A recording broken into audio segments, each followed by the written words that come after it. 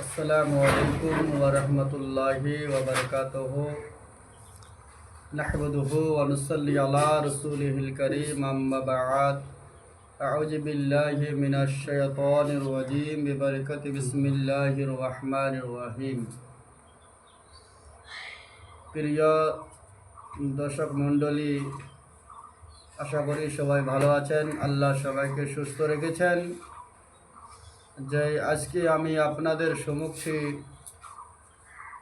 একটি গুরুত্বপূর্ণ আমল নিয়ে এসেছি, যা আমল আপনাদের কাউকে এমনি কেউ বলবে না।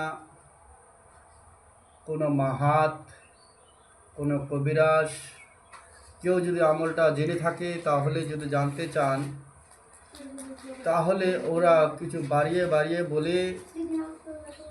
তাই আমি সাধারণত একটি আমল আপনাদেরকে বলতে চাই, যে কোনো ব্যক্তি মুসলমান হোক বা হিন্দু হোক, ছেলে হোক বা মেয়ে হোক, সবাই কি পহিরির সাথে কথা বলতে পারবে?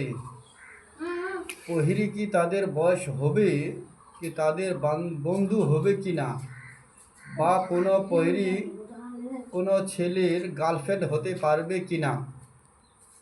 তাই এই কিতাব থেকে সাধারণত দু একটি আলোচনা তুলে ধরব। কেননা যে যদি কোনো ব্যক্তি কোনো পহিরিকে বশ করতে চায় বা পহিরির আমলখানা করতে চায়, তাহলে এই আমলখানা করতে গেলে কোনো মিলামিশ খেতে হবে না। আর কোনো যেগুলো নিয়ম আছে, কিছু নিয়ম পালন করতে হবে না।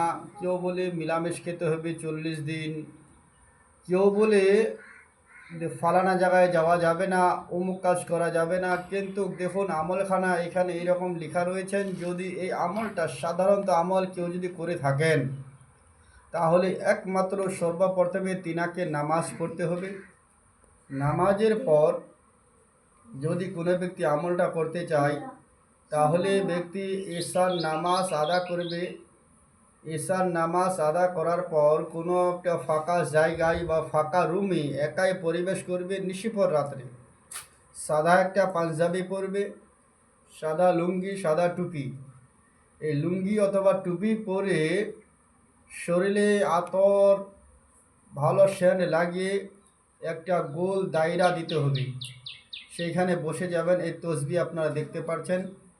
এই তসবির মধ্যে 21 বার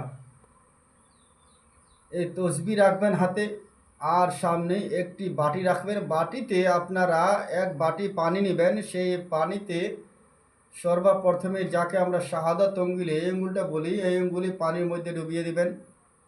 আর সেইখানে ডুবিয়ে দেওয়ার পর এই তসবিহ নিয়ে আপনারা 21 বার সূরা ইখলাস পড়বেন, যাকে আমরা কুল হু আল্লাহু আহাদ বলে থাকি।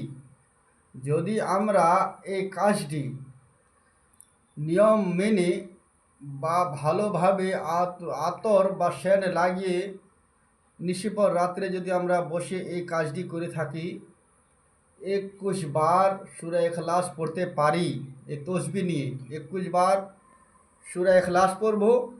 আর পড়ার পর চোখগুলা বন্ধ করবেন। দেখতে পারবেন সুন্দর একটি পহিরি আপনাদের সম্মুখে হাজির হয়ে যাবে, আর আপনার সাথে কথা বলবে। যা আপনি সাহায্য নিতে চান তাদের কাছে পাবেন। কিন্তু আমলখানা যদি করতে চান, আমার কমেন্টে আসবেন। আমার কমেন্টে সর্বপ্রথমে আমিন লিখবেন। আমার কাছ থেকে আপনার ইজাজত হয়ে যাবে। যদি আমলখানা করতে চান, যদি পহিরির সাথে কথা বলতে চান, তাহলে সবাই পারবেন। কিন্তু চেষ্টা করতে হবে। মানুষ সব কিছু পারে। তাই আসুন, হায়াত বাকি তো মোলাদ বাকি। আসসালামু আলাইকুম ওয়া রাহমাতুল্লাহি ওয়া বারাকাতুহু।